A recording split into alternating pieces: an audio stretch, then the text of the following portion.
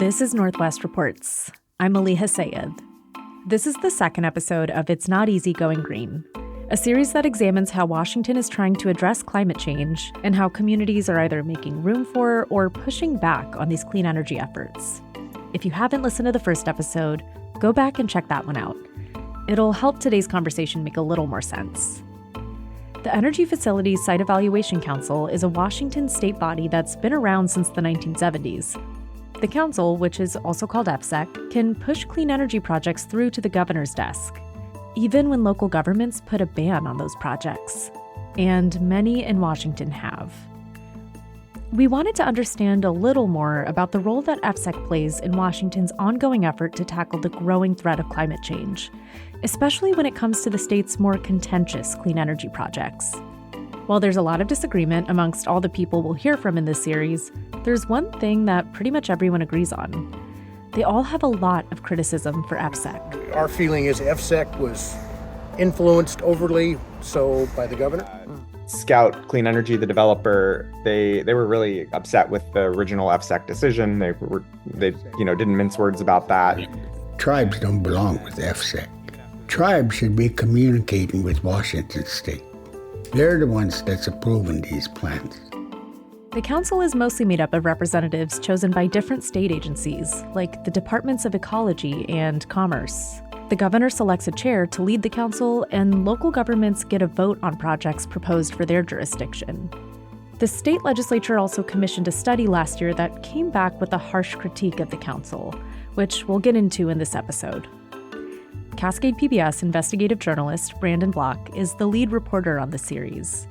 He spoke to EFSEC's executive director about some of the criticisms that people have of the agency and what she thinks of the efforts to reform it.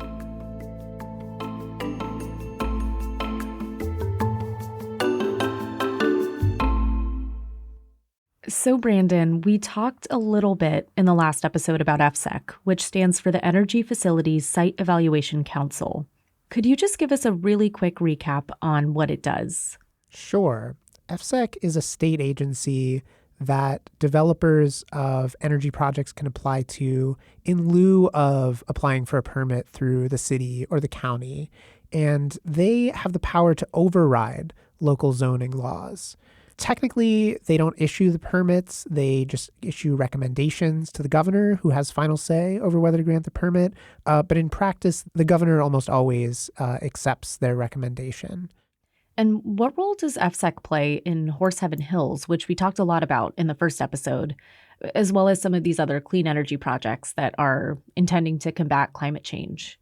Yeah, the Horse Heaven Hills is the most prominent example, but we're seeing all across the state, and particularly in central and eastern Washington, local governments are just flat out saying no to renewable energy.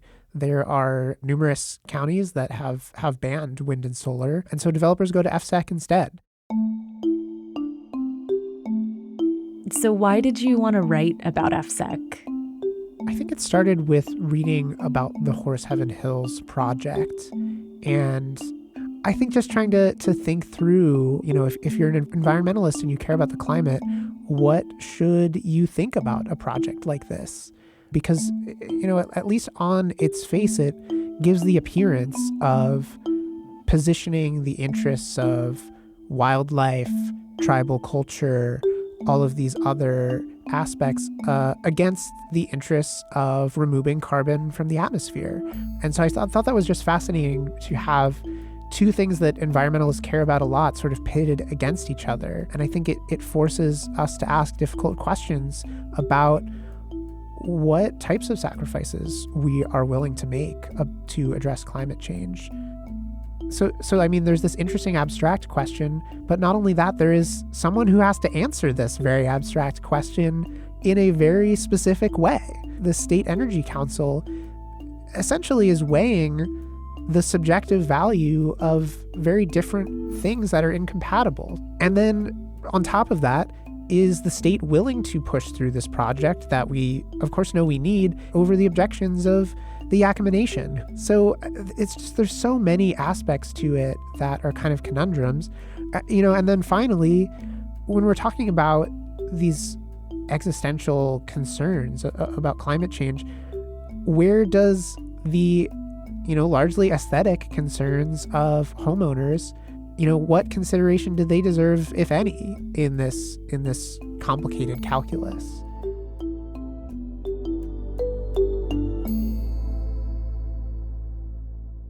And some people take issue with EFSEC.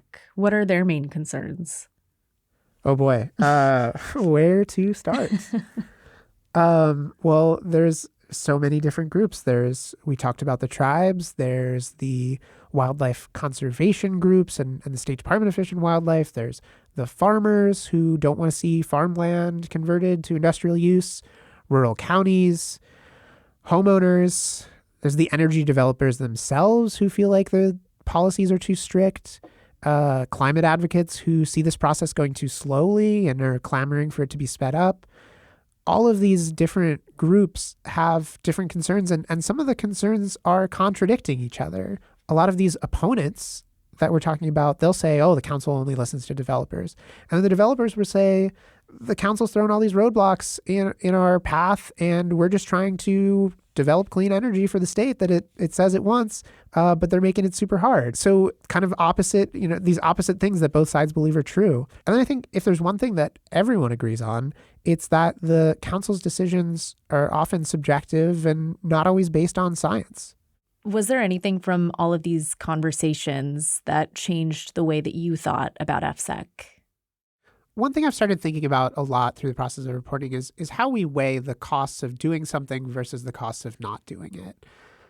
And I've been thinking about this, particularly a conversation that I had with someone named Kate Bruns, who, when we talked, was the policy director for a group called Renewable Northwest. They are a nonprofit that includes climate advocates and also energy developers. I should also note Kate now works for the governor's office, but when we talked, she was working and talking on behalf of Renewable Northwest.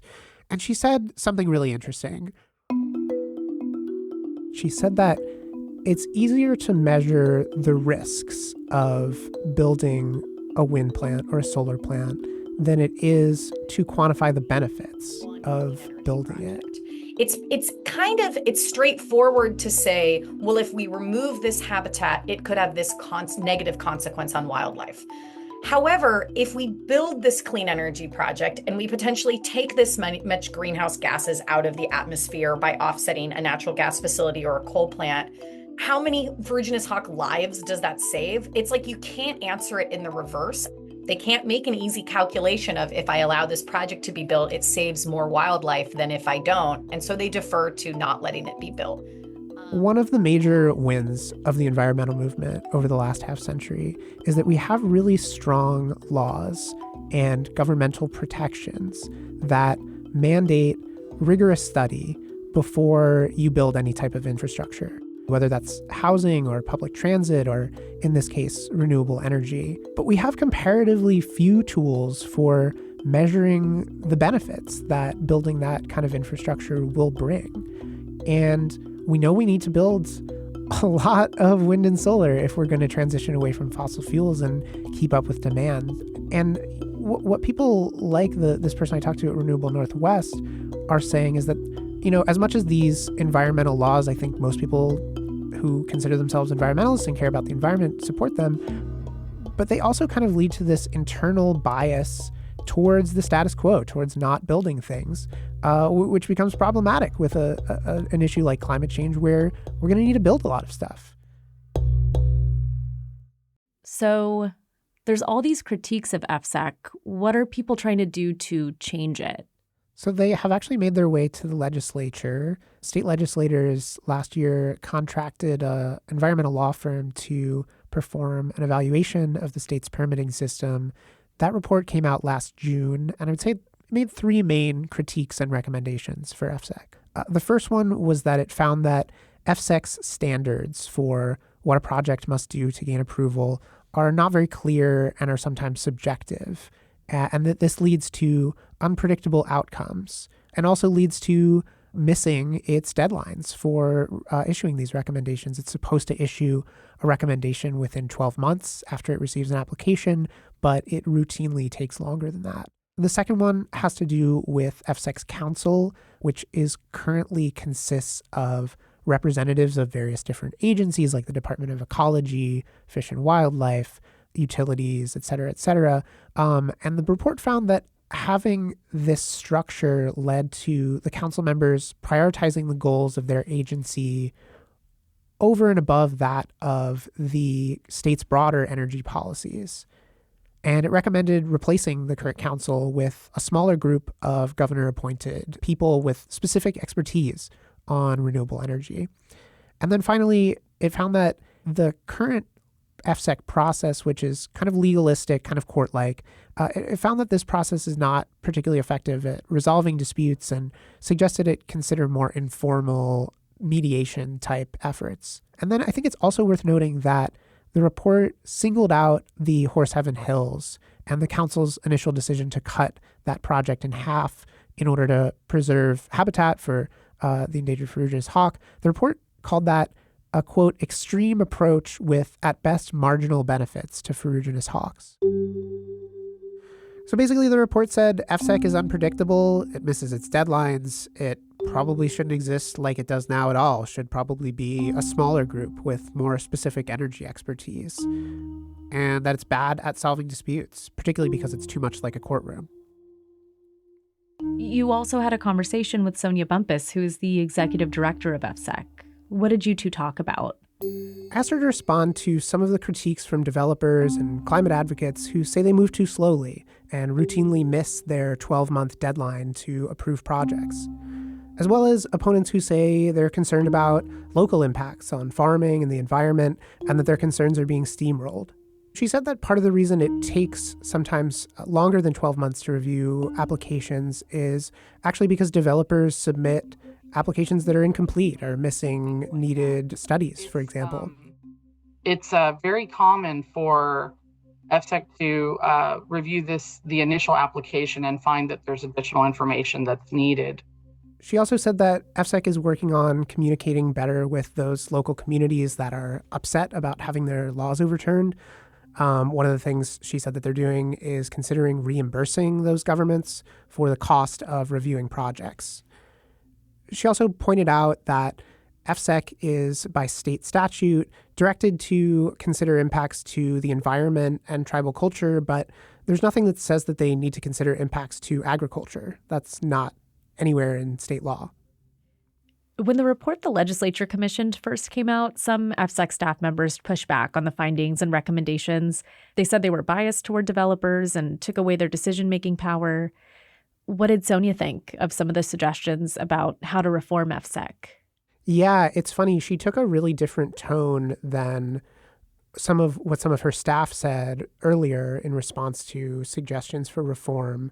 You know, we talked about how EFSEC staff pushed back pretty aggressively on suggestions about reconstituting the voting members on the council's board, about drafting stronger language for what kinds of considerations EFSEC should take into account when they're approving projects. She characterized those early responses as initial responses to what she called systemic changes that were being proposed in this report. And she said those views have since evolved. I think we have a better understanding of perhaps what the concerns were, and it was interesting and helpful to see how the authors had pulled together suggestions. So we took that as very helpful information that could help us figure out how it would inform the improvements that we're working on. Yeah, there's all these external critiques and suggestions for EFSEC, but how does she plan to operate it moving forward? Does she have any changes in mind? So that's mostly up to the legislature. She did talk a little bit about some of the things that EFSEC has done internally to try to speed up applications and reduce some of these land use conflicts that we've talked about. She highlighted specifically something called the pre-application process, which is something that allows developers to go in with an informal proposal and get some feedback on especially their choice of site. And that way, if there are conflicts that come up, say the site is an environmentally sensitive area, they can relocate and they can do that early. And that's important that these conversations happen early, because by the time the company is in a position to submit an application, they've already acquired the land, signed leases with landowners, and they're unlikely to make major changes at that point. So based on my understanding, it sounds like EFSEC was created back in the 1970s as a way to basically override local stakeholders. And that still seems to be the case today. Is that a fair takeaway? I think that's absolutely a fair takeaway. In 1970, when EFSEC was first founded, this was a time when Washington was attempting to build a number of nuclear reactors. And this was, as some listeners may remember, a massive failure. Only one of them ended up actually being completed. Billions of dollars were lost. But the idea was basically that no local jurisdiction is going to accept a nuclear reactor. And so that in order to get these things permitted, the state needed to come in and essentially overstep the local community's power. And I think this is the exact same dynamic we're seeing right now with renewable energy. So there were a couple of bills making their way through the legislature this year that were related to EFSEC. What were they trying to do, and what happened with them? Yeah, so there were several Republican bills trying to remove the governor from the EFSEC process, trying to give counties veto power over projects. Those didn't pass. A Democratic bill that was trying to build on some of the suggestions in the report that we talked about earlier, particularly introducing some more objective standards for EFSEC to judge projects. So that bill basically would have said, if a project meets these specific metrics, EFSEC should approve it. And that one didn't make it out of committee either, but it could always come back next year. And I do think that Democrats will continue trying to implement some of the suggestions in that report in future years.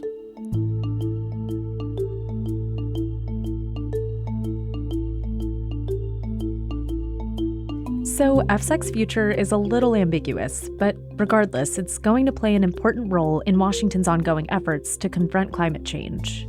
In the third and final episode of It's Not Easy Going Green, you'll hear how Washington farmers are feeling about clean energy projects in the state. Some of them are pushing back, but others are actually in favor of these projects. You'll also hear from a conflict reduction mapper who researches ways to balance creating clean energy projects with respecting the wishes of local communities. All of that in the next episode of Northwest Reports.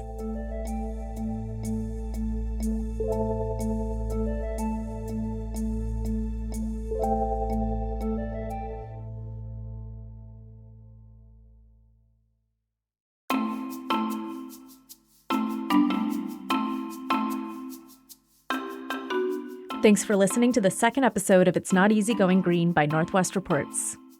Be sure to check out the third and final episode, which is available wherever you get your podcasts. This episode was reported by Brandon Block. It was produced by me, Maliha Sayed, and Sarah Bernard. The story editor was Ryan Famuliner. Our executive producer is Sarah Menzies. You can subscribe to Northwest Reports wherever you listen. And whatever platform you're listening on, please review us. We'd love to know what you think of the show. Northwest Reports is made possible by listeners like you. Your support will tell the stories that shape Washington State. Join the members who help us create Northwest Reports. Your donation will be put to work right away, delivering the Cascade PBS lineup of podcasts, video docuseries, and daily in-depth reporting you and so many rely on.